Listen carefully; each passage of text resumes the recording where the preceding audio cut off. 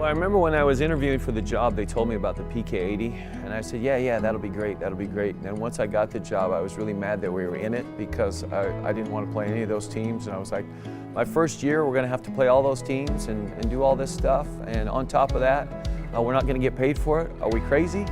You know, then you fast forward, what, 5-6 months into going to the start of the season. We go into the PK80 4-0. We beat a very good Utah State team on that Tuesday night before leading up to Thanksgiving with Duke on Thursday.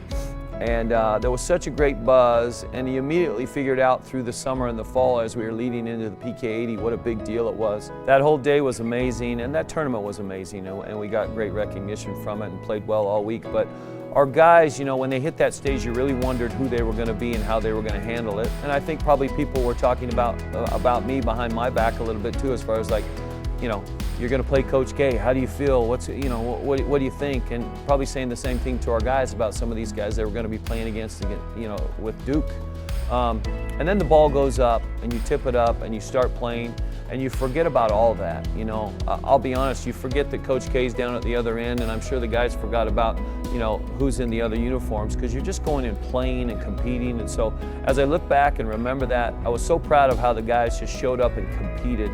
You know, thinking back to that, you know, in my first year here and how we wanted to play and how we wanted to do things and our culture and our style of play and all that kind of stuff, I was still in that, you know, maiden voyage early on, you know, type of setting to where I'm still trying to figure out if everything's going to work that we want to do. And so that was one of those days where I was like, hey, we can do this. Our guys are fine, and we can play this way and be successful. Well, you know, we forced turnovers. We really pushed the ball up and down the floor, and then we hit shots. You know, we made Duke go zone, which not many people had forced them to do because we were shooting the ball so well and moving the ball, running up and down the floor.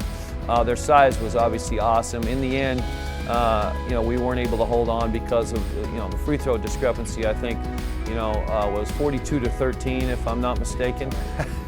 You knew that was going to probably sway in their favor sooner or later. We weren't able to hold on to that, but, you know, I'll never forget you and I walking off the floor at halftime, and I said, hey, take a picture of that scoreboard because, you know, we were leading. And then shortly after that, Jeff Goodman grabs me and wants to interview me for ESPN, and I said to him, we'd known each other for a little bit, and I said to him, I'll bet you didn't think you'd be interviewing me at halftime. You know, usually people would plan on Duke winning this game right now, so that was kind of a fun jab for me as well. Yeah, it was truly one of those days where you knew people were home watching TV, and no guy has gotten more mileage out of losing a game on Thanksgiving Day than myself. To this day, as I travel and bump into people and they see Portland State, people remember watching that game against Duke on that day and talking about, we were pulling for you, you guys were playing great.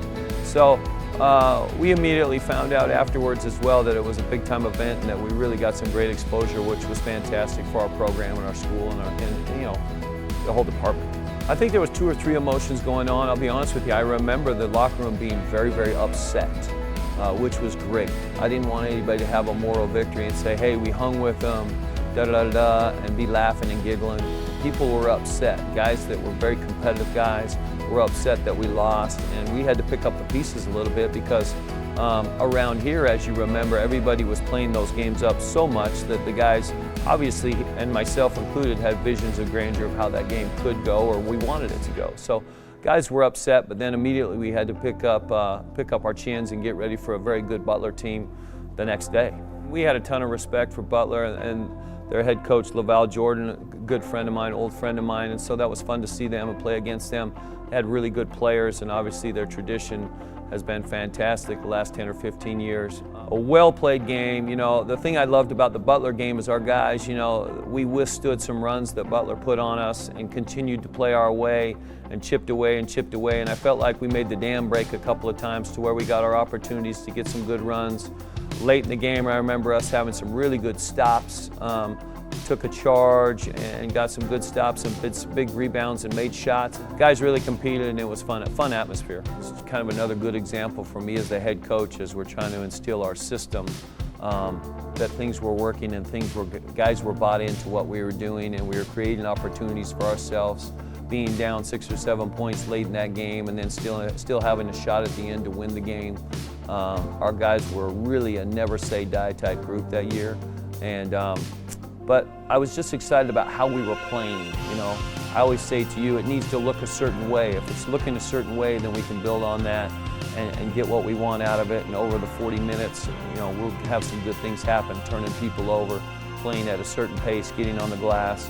All those things were happening in those first games against Duke and Butler. You know, the Stanford game, I remember a couple things. Going into it, we had that extra day off to prepare, so we were able to kind of break them down a little bit more. Stanford's very structured, a lot of actions, a lot of sets, and really go deep into a shot clock. So our big thing is we need to jumble this up as best we could.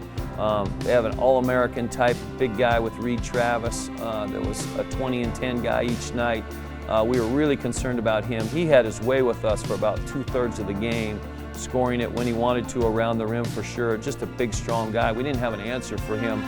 But what happened in that Stanford game is I really felt like we wore them down, and our way kind of took over. Even though we were down, there was 2 or 3 plays in that game, I remember, where we got them turned over, we got baskets. Mike Mayhew made a diving play out of half court, saved the ball, and we went and laid it in at the other end with a lot of momentum. And then the ball started flying all over the floor for us. And they started throwing it all over the floor a little bit as far as turning them over. And so we got the turnover count way up, and we were able to attack and go score on them. And then we broke loose. When we allowed them to do what they wanted and run their stuff and get him to certain spots on the floor, it was really hurting us. So we really needed to jumble them up and get it more chaotic and get it going up and down, put guys in spots that they weren't comfortable with on their team. And remembering early in the year like it was, you know, they had some new guys as well, and we kind of got them in some uncomfortable spots, and then the tempo and the way of the game really went ours. Yeah, for me it was a great confidence builder for me as an individual, as a head coach, as well as our program. I think our guys figured out that, you know, hey, we can do this, we can play with anybody. A few weeks later we ended up going to Cal and beating them, another Pac-12 team. But our guys gained a lot of confidence, winning or losing in that PK80 from those experiences and on that stage to where they understood that they could play with anybody. Well, I think it was a major stepping stone. I think for us, our local media, the national media really recognized us and gave us some good pats on the back, but also for the guys in this building, coaches, players, everybody that supports us and has a part in our success. I think they kind of looked at it as like, hey, you know, we've got something here. Let's work on this, continue to build this. The building that we're sitting in right now was being built at that time, you know, and so we were in so many different stages of our program at that point. I was brand new. We were building this new beautiful arena, and we were trying to put all those things together at that time. And so I think that was just another kind of breath of fresh air or a nail in the box to where as we were building it saying, okay, we can do this, and this is another good step that we've got.